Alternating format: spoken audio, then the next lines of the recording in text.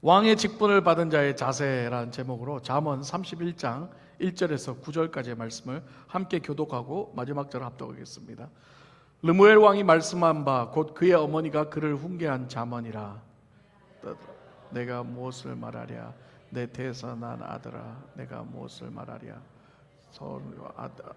내가 무엇을 말하랴?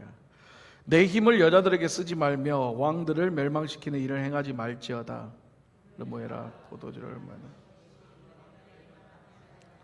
왕들에게 마땅하지 아니하며 독주를 찾는 것이 주권자들에게 마땅하지 아니하며 술을 마시다가 법을 잊어버리고 모든 공고한 자들의 송사를 굳게 할까 두려우니라. 독주는 죽게 된 자에게, 포도주는 마음에 근심하는 자에게 줄지어다. 그는 마시고 자기의 빈궁한 것을 잊어버리겠고 다시 자기의 고통을 기억하지 아니하리라. 너는 말 못하는 자와 모든 고독한 자의 송사를 위하여 입을 열지니라. 너는 입을 열어 공의로 재판하며 공고한 자와 궁핍한 자를 신원할지니라. 아멘. 할렐루야. 지난주에 잠언 개요를 했는데 오늘 잠언을 마치는 설교를 합니다. 일주일간에 잠언이 다 끝나버렸어요. 그죠? 전라도 말로 잠언이 다 끝나버렸어요. 오메 어쩐디야. 시편에 비해서 잠언은 좀 짧아요. 그죠? 31장으로 끝납니다. 지난 주일에도 제가 잠언에 대해서 잠깐 설명을 드렸지만 이 잠언은 뭐라 그랬어요? 인간이 세상을 살아가는 필요한 지혜와 지리야, 성공하는 방법에 대한 내용이다? 아멘 하시면 안 되죠? 아니다라고 했죠. 그게 아니다라고 말씀드렸는데 기억하시죠? 그러면 잠언에서 말하는 지혜가 뭐라고 했나요? 지혜의 근본은 잠언 1장 7절 여호와를 경외하는 것이다 라고 했습니다. 경외하는 것은 뭐라 그랬어요? 하나님을 두려워하는 것만이 아니라 respect, 존경하고 하나님을 사랑하고 그 말씀에 순종하고 따르는 것이라고 그랬어요. 그래서 지난주에 지혜를 의인화해서 지혜를 대표하는 게 누구라 그랬어요? 예수 그리스도다 이라고 얘기했죠. 왜일까요? 이 예수 그리스도가 하나님 말씀에 순종한 가장 모범적인 예표이기 때문이라는 거죠. 이것이 바로 잠언의 핵심입니다. 그러니까 이 핵심을 이해하고 잠언을 읽어야 딴 생각을 안 해요. 지혜라는 말이 나올 때마다 예수님을 얘기하는 거구나, 하나님을 얘기하는 거구나를 깨닫게 되는 거예요. 안 그러면 맨날 그냥 뭐 성공하고 잘 먹고 잘 살고 그런 거 막 찾게 되는 거죠. 자, 그럼 오늘 본문을 한번 살펴보겠습니다. 오늘 본문은요, 잠언의 마지막 장이에요. 일반적으로 책을 살펴보면 책의 마지막은 보통 뭘로 돼요? 결론이죠. 그 책의 모든 내용의 마무리를 어떻게 마지막 장에 이제 결론을 내리잖아요. 근데 오늘 본문은요, 잠언의 결론치고는 좀 뜬금없어요. 뭘까요? 술과 여자를 멀리하라. 잠언을 1장부터 30장까지 쫙 설명해 준 거는 마지막 31장의 결론을 이렇게 내리고 있어. 술과 여자를 멀리해라. 이게 뭔 뚱딴지 같은 소리야. 그죠? 그렇다면 과연 오늘 이 본문이 여자를 좋아하고 술 좋아하는 남자들만 들으라고 한 설교일까? 이 말씀일까요? 아니죠. 그러면 이 성경을 묵상하는 여자들과 술 여자를 멀리하는 사람들에게는 이 성경 안 읽어도 되겠네. 이거 뭐 굳이 필요 없는 얘기잖아요. 그렇지 않다는 거예요. 성경의 말씀은 단 한 구절도 이유 없이 쓰여져 있는 게 없습니다. 할렐루야. 그리고 특정 나쁜 사람들만 위해서 쓰여진 것도 없어요. 결국 우리 모두가 들어야 할 내용이라는 거예요. 할렐루야. 그렇습니다. 먼저 오늘 본문을 하나하나 살펴보면서 정확한 의미를 한번 알아가 보도록 하겠습니다. 먼저 1절을 봅니다. 르무엘 왕이 말씀하신 바 곧 그의 어머니가 그를 훈계한 잠언이라. 여기서 생소한 이름이 나오죠. 누구라는 이름이 나와요? 르무엘. 자, 잠언은 1장부터 29장까지는 누가 썼어요? 솔로몬이 썼어요. 근데요, 30장은 딴 사람이 썼어요. 아굴이 썼습니다. 그리고 31장은 르무엘의 잠언이라고 하는데요, 사실 이제 많은 신학자들이 이 르무엘 또한 솔로몬이다라고 얘기를 해요. 명확한 이 르무엘이라는 인물에 대한 정확한 정보는 없습니다. 그러나 솔로몬의 또 다른 이름이다라고 대부분 얘기를 해요. 그래서 이 르무엘을 솔로몬과 동일시하는 견해가 많습니다. 계속해서 2절을 볼까요? 내 아들아 내가 무엇을 말하랴? 내 태에서 난 아들아 내가 무엇을 말하랴? 소원대로 얻은 아들아 내가 무엇을 말하랴? 자, 2절의 패턴을 보면 뭐라고 얘기해요? 무엇을 말하랴? 무엇을 말하랴? 무엇을 말하랴라는 말이 3번이나 반복되죠. 3번이나 반복된다는 것은 어떤 의미일까요? 중요하다는 얘기죠. 강조한다는 거죠. 그래서 예수님이 바요나 시모나 네가 나를 사랑하느냐 몇 번 얘기 물었어요? 3번 물었죠. 그래서 성경에 우리나라 3세판이 아니고 성경의 3번은 항상 뭘 얘기해요? 강조, 중요하다는 거예요. 그러니까 성경에서 3번 강조되는 건 항상 이건 중요한 거구나 라고 아시면 되는 거예요. 그래서 이 3절부터 어떻게 교훈하는지 보겠습니다. 내 힘을 여자들에게 쓰지 말며 왕들을 멸망시키는 일에 행하지 말지어다. 이제 첫 번째로 힘을 여자들에게 쓰지 마라. 그리고 왕들을 멸망시키는 일을 행하지 말아라고 그래요. 힘을 여자들에게 쓰지 말라고 하고 있어요. 이게 뭘까요? 여자들 돕지 말라는 얘기일까요? 여자들이 알아서 다 하라고 여자들한테 힘을 도움 주지 말라는 얘기일까요? 아니죠. 이 뜻은 뭐냐? 여자들에게 정신을 뺏기지 말라라는 뜻인 거죠. 여러분 알다시피 솔로몬은 여성 편력이 많았죠. 여성에게 관심이 많았어요. 그 아내가 몇 명이었어요? 아내가 700명이었어요. 그리고 첩이 몇 명이에요? 300명. 총 1000명. 아내와 첩을 1000명이나 뒀어요. 어마어마한 숫자죠. 참 힘이 진짜 세긴 셌나 봐요, 솔로몬이. 그 1000명을 다 감당할 수 있다는 건 하루에 1명씩만 만나도 365일이면 하루에 2명씩 만나야 돼. 하루에 3명씩 만나야 거의 1000명. 야, 이 보통 남자가 아니었네요. 문제는요, 성경이 그러면 이 아내와 첩이 많다는 게 문제라고 얘기할까요? 그게 아니죠. 이 아내들이 바로 어떤 여인들이 많았다는 거예요? 이방 여인들이 많았다는 게 문제라는 거죠. 이것은 하나님 명령에 불순종하는 것이었습니다. 하나님께서는 이방인과 서로 통혼을 하게 되면 이방의 신을 따르게 되고, 그러므로 이방인과 통혼하지 말라고 명령하셨는데 결국 솔로몬은 어떻게 해요? 나이가 들수록 이방 여인에게 자꾸 마음을 뺏기는 거예요. 그래가지고 그들과 결혼하고 그 여인들이 섬기는 우상들을 섬기고, 심지어 예루살렘의 우상들을 위한 산당까지 세우기까지 하죠. 그래서 우리는 성경에서 말하는 정확한 의미를 찾아야 되는 거예요. 잠언의 핵심이 뭐라고 했어요? 제가 하나님을 경외하는 것이 지혜의 근본이다. 경외는 뭐냐? 하나님 말씀에 순종하는 것이라고 얘기했잖아요.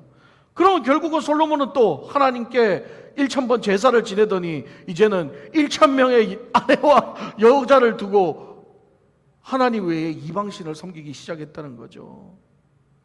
결국 하나님을 경외하지 않는 인생은 자기가 원하는 대로 살아가며 솔로몬이 이방인과 결혼하여 우상 숭배하듯이 하나님을 떠나 세상과 짝하고 돈과 명예와 세상 행락과 쾌락이 우상이 되어서 살아가게 된다는 것을 이 잠언은 우리에게 경고하고 있다는 거죠. 할렐루야. 우리가 단순히 그냥 여자 멀리하라 이런 뜻이 아닌 거죠. 결국 4절 5절에 이어서 술과 함께 연관지어집니다. 4절 5절 봅니다. 르무에라, 포도주를 마시는 것이 왕들에게 마땅하지 아니하고 왕들에게 마땅하지 아니하며 독주를 찾는 것이 주권자들에게 마땅하지 않도다. 술을 마시다가 법을 잊어버리고 모든 공고한 자들의 송사를 굳게 할까 두려우니라.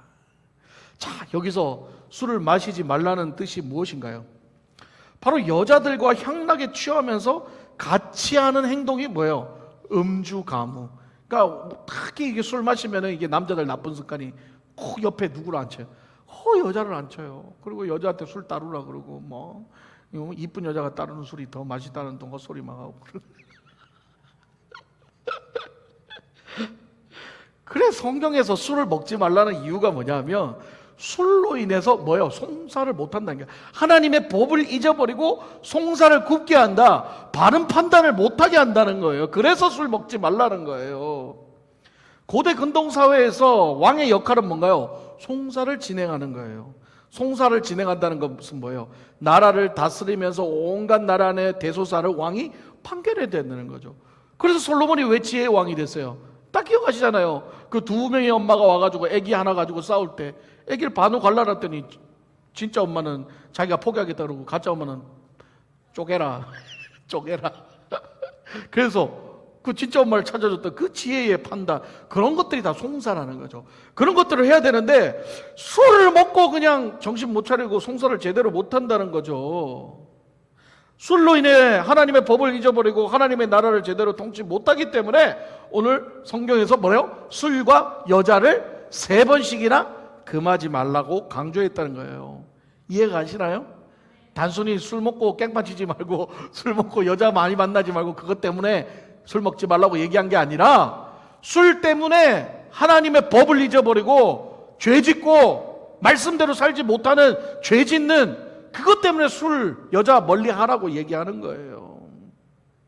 그러니까 여자를 가까이 하고 술을 먹는 그 자체가 나쁜 것이 아니라 그로 인해 하나님의 법을 잊어버리고 하나님의 말씀에 불순종하고 우상숭배의 죄까지 이어지는 게 잘못이라고 얘기하는 거죠.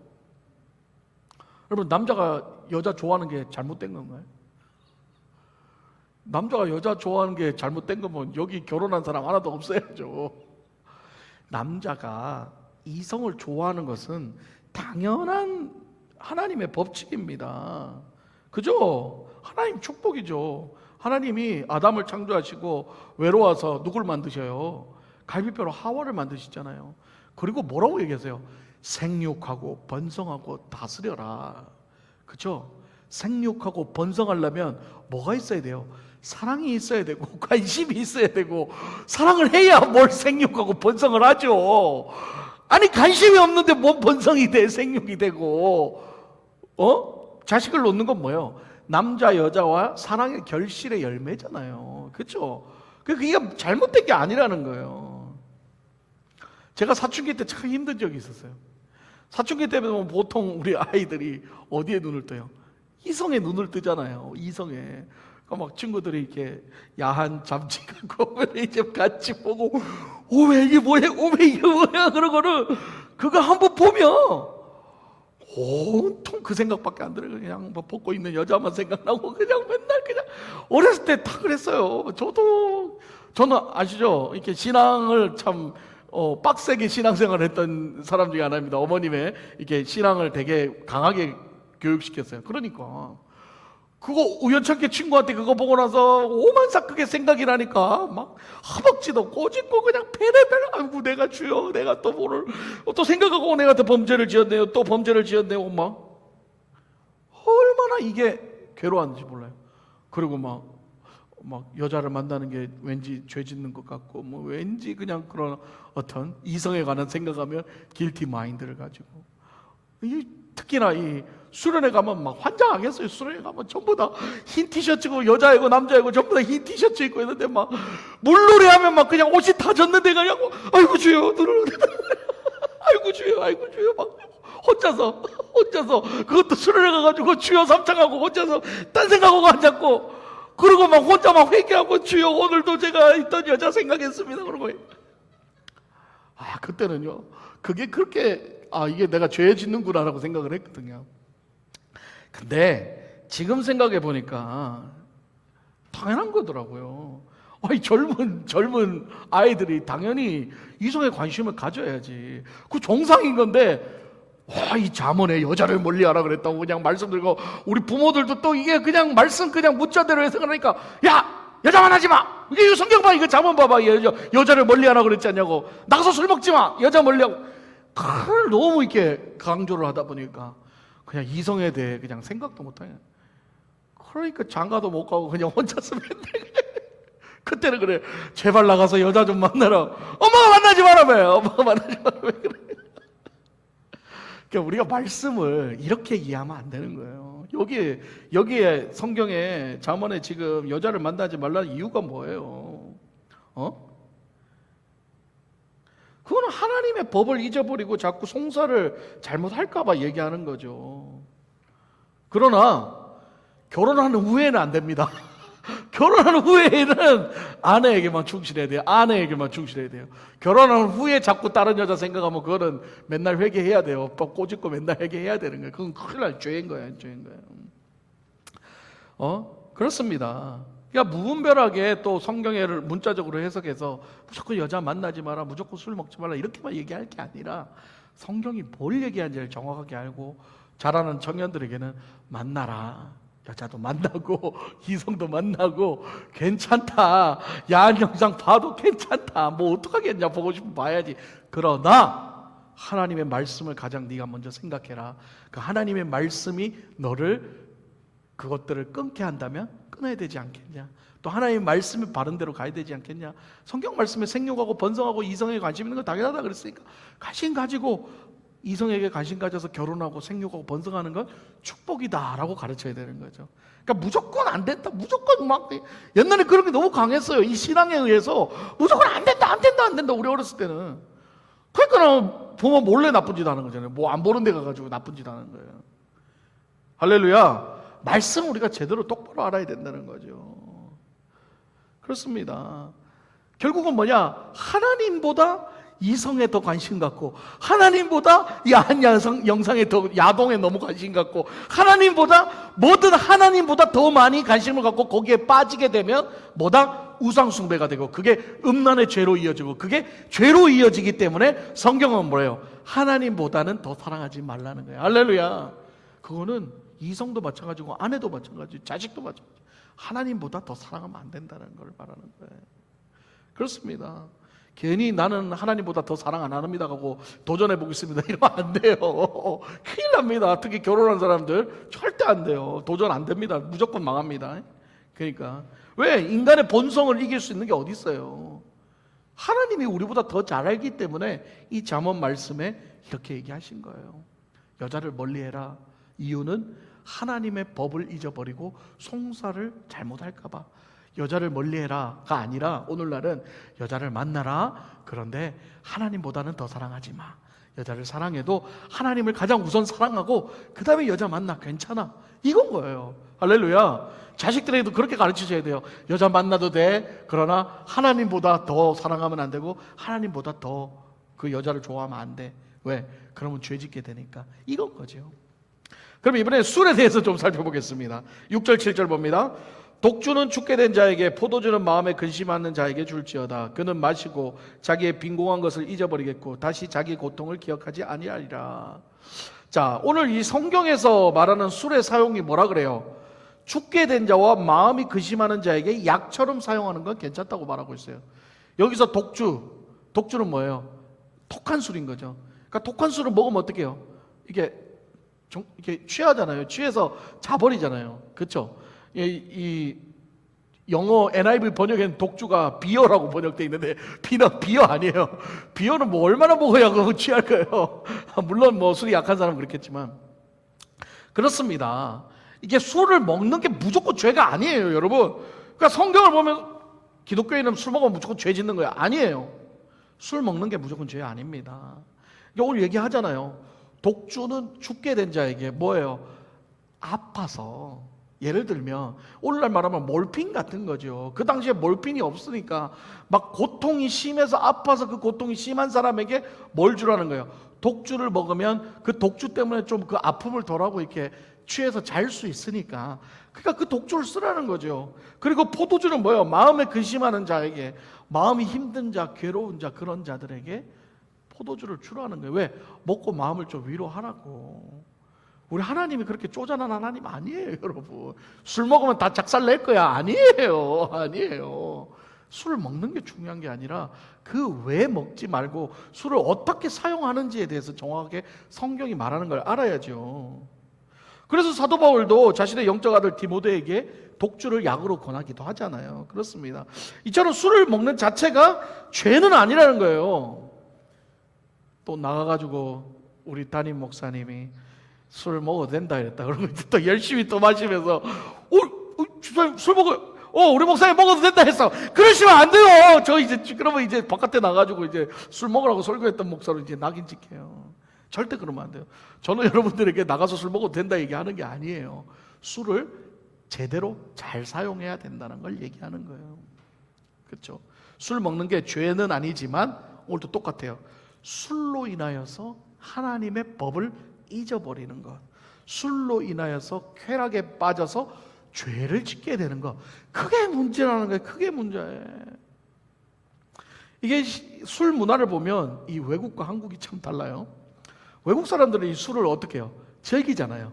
음식 먹을 때 와인 한 잔 먹으면서, 스테이크 먹으면서 와인과 한 잔 먹으면 소화도 잘 되고 살짝 기분도 좋아져서 이렇게 자연스럽게 대화하면서 뭐 이러잖아요. 즐겁게. 또 뭐 이렇게 막 저기 뭐야 풋볼 뭐 이런 경기 볼 때 또 시원한 맥주 한 잔 같이 이렇게 먹으면서 또 이렇게 즐겁게. 그 문화가 이게 뭐예요? 술이 즐겁게 행복하게 만들어주는 문화예요. 괜찮아요. 그런데 이 한국 술 문화는 먹고 죽자. 한국 술 문화는 무조건 먹고 죽자요. 하여튼 시작하면 네가 이기나 내가 이기나 그냥 죽자고 먹는 거예요. 막 소주를 한 박스씩 먹고 나중에는 뭐 술을 먹더라고. 사람이 그냥. 그러니까 문제인 거죠. 실제로 독일에는 뭐예요? 맥주가 소다같이 먹어요. 그래서 독일의 교회에는 이렇게 예배 마치고 점심 먹고 전부 다 맥주 한 잔씩 다 따라가지고 들고 주를 위하여 건배하고 다 목사님하고 같이 맥주 마셔요. 그 주를 위하여가 술주자가 아니고 우리 주님을 위하여라고 먹는 거예요. 그 환경과 문화가 다른 거죠. 근데 한국은 안 그래요. 막 일단 먹고 죽자죠. 술을 즐기는 게 아니라 술을 이기려고 먹는 것 같아요. 이기나요? 절대 못 이기죠. 먹다 나중에는. 그러니까 하도 술을 먹으니까 나중에는 술을 먹고 그러다 보니까 지정신이 아닌 거예요. 딴 정신이 돼요. 그러니까 어떻게 돼요? 죄를 짓게 되는 거예요. 나쁜 행위. 여러분 주사라고 있잖아요. 술 주사. 어떤 사람 술만 먹으면 사람 패는 사람이 있고, 옛날 우리 어르신들 그랬잖아요. 아주 옛날 어르신들은 술만 먹고 들어오면 집에 와서 아내 패고 자식들을 패는. 그러니까 그걸 보고 자란 자식들이 술이라면 학을 띠는 거죠. 아내도 학을 띠고. 어떤 사람은 뭐 술만 먹으면은 멍멍이 되는 사람들이 있고, 아무 데서나 오줌 싸고 아무 데서나 소리 지르고 막.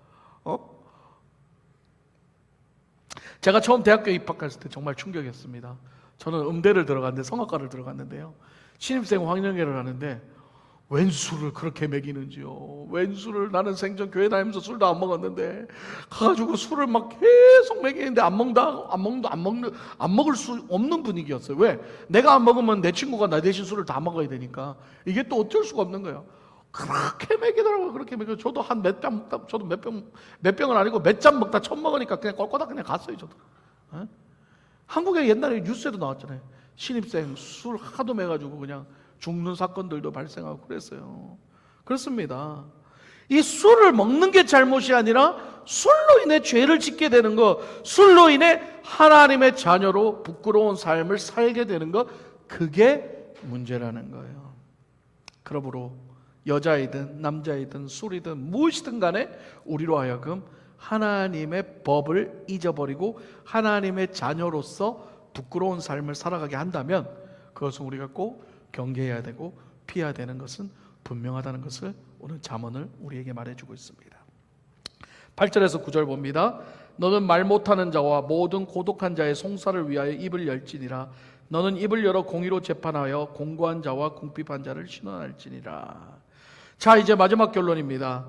말 못하는 자와 고독한 자의 송사를 위하여 입을 열고 공의로 재판하여 공고한 자와 궁핍한 자를 신원하라고 하십니다. 이 일은요, 하나님의 명령으로 왕이 꼭 해야 할 일입니다. 하지만 결국 솔로몬은 여자와 술에 빠져서 이 일을 제대로 하지 못했다는 거예요. 자, 이제 말씀을 마무리하겠습니다. 오늘 본문은요, 왕에게 하신 말씀입니다. 하지만요, 우리는 이 말씀을요, 먼 나라 왕의 이야기로 듣고 끝나면 안 된다는 거예요. 뭐예요? 여기서 우리는 의문을 가져야 된다는 거죠. 이 솔로몬 왕에게 했던 술과 여자를 멀리하라고 했던 이야기가 과연 우리와 어떤 상관이 있는가? 이게 참 중요한 포인트입니다. 우리가 성경을 읽으면서요, 이스라엘의 먼 나라 이스라엘 이야기라고 생각하고 그 이야기들이 그냥 그저 성경에 있는 이야기로만 끝내버리면 안 된다는 거예요. 이 이야기가 나에게 해주는 말이 무엇인가? 이 말씀이 나에게 주는 교훈이 무엇인가를 항상 생각하면서 성경을 읽어야 된다는 거예요. 먼저 이 의무를 해결하기 위해서는 우리는 베드로전서 2장 9절을 살펴봐야 합니다. 함께 읽겠습니다. 오직 너희는 택하신 족속이요 왕같은 제사장들이요 거룩한 나라요 그의 소유가 된 백성이니 이는 너희를 어두운 데서 불러내어 그의 기이한 빛에 들어가게 하신 의의 아름다운 덕을 선포하게 하려 하심이라. 아멘. 우리의 신분이 뭐라고 그래요? 왕 같은 제사장이다. 다시 말해, 우리는 하나님의 자녀, 왕의 자녀, 왕자, 공주, 왕의 신분이라는 거예요. 왕 대신 하나님의 자녀라는 거예요. 성경은 하나님의 자녀로서 이 땅을 살아가라고 말하신 거예요. 어떻게 살아가라고요? 아름다운 덕을 세워나가라는 거예요. 할렐루야. 오늘 잠언에 술과 여자를 멀리하라는 거는요, 단순히 술과 여자를 멀리하라는 게 아니라 세상의 모든 쾌락과 세상의 모든 것들보다 우리 하나님을 경외하고, 할렐루야, 더 사랑해서 아름다운 덕을 이 땅에서 세워나가라고 얘기하는 거죠. 오늘 말씀의 결론이 여기서 나옵니다. 왕에게 하신 명령은 오늘을 사는 우리에게도 동일하게 적용된다는 거예요. 하나님 말씀에 순종하고 그리스도인으로서, 왕의 자녀로서 세상에 덕을 세우며 살아라고 말입니다. 많은 사람들이 성경에 술 먹지 말라는데 말이 없는데 왜 술 먹어도 되는 거 아니냐고 그렇게 질문 많이 합니다. 저는 다시 한번 오늘 말씀을 통해 정리합니다. 술을 먹는 것 자체가 죄가 되지 않습니다. 술 먹는다고 죄 아닙니다. 하지만 술을 자신의 쾌락용으로 사용해서 죄를 짓는 거나 하나님보다 술을 더 좋아해서 날마다 술 때문에 실수를 한다면, 그 술로 인하여 하나님의 명령을 어기고 죄의 길로 빠진다면 그거는 안 된다라는 걸 성경은 얘기해 주고 있다는 거죠. 성경은 이미 솔로몬이라는 예표를 보여주고 있지 않습니까? 그리고 무엇보다도 술 취한 사람은요, 남에게 덕이 되지 않는 행동을 너무 많이 해요. 그렇기 때문에 적어도 그리스도인이라면 술로 인해서 예수 그리스도를 욕먹게 해서는 안 되지 않겠냐는 거죠. 그리고 또한 그리스도인으로서 덕을 세우는 것, 공고한 자, 궁핍한 자를 돌아보라는 것은 하나님의 명령을 실행하는 것입니다. 이것은 오늘날로 말하면 사회적 약자에 대한 구체적 실천을 하려는 거죠.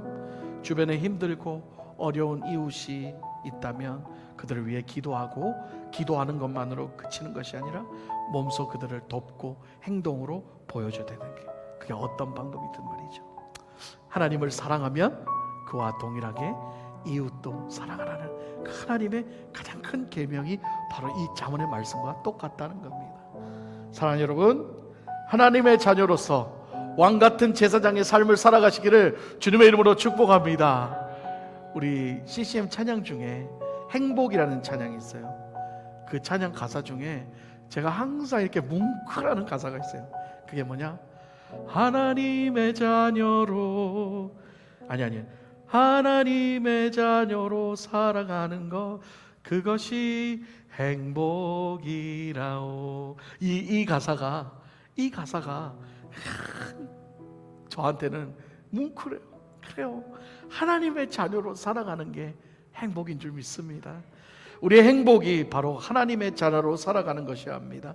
하나님으로 인하여 인내하고 때로는 힘든 길을 가야 해도 그것이 행복이라 여긴다면 우리는 거뜬히 이겨내지 않을까요? 또한 하나님으로 인하여 어려운 사람들을 돕고 내가 함께 받은 사랑을 나누며 살아가는 게 행복이라면 우리는 기꺼이 그걸 감당하면서 그 하나님으로 인하여 기뻐하지 않을까요? 이 모든 것이 다 오늘 잠언의 결론이에요. 하나님을 경외하는 삶입니다. 그냥 하나님을 경외하는 것은 두려워만 하는 것이 아니라 그 하나님을 사랑하고 존경하고 그 하나님으로 인하여 내가 희생하고 그 하나님으로 인하여 내가 남을 돕고 그 하나님으로 인하여 내가 하고 싶은 것도 참고 그 하나님으로 인하여 내가 내 쾌락도 참고 그 하나님으로 인하여 덕이 되지 않는다면 내가 희생하는 것들이 바로 오늘 잠언의 결론인 거예요. 그래서 잠언은요, 우리를 하나님을 진짜 사랑하게 만드는 매뉴얼, 우리 인생의 매뉴얼인 줄 믿습니다. 저와 여러분이 하나님의 자녀로서 하나님을 경외하며 이 세상에서 빛과 소금이 되며 하나님 보시기에 부끄럽지 않는 삶을 살아가시기를 주님의 이름으로 축복합니다.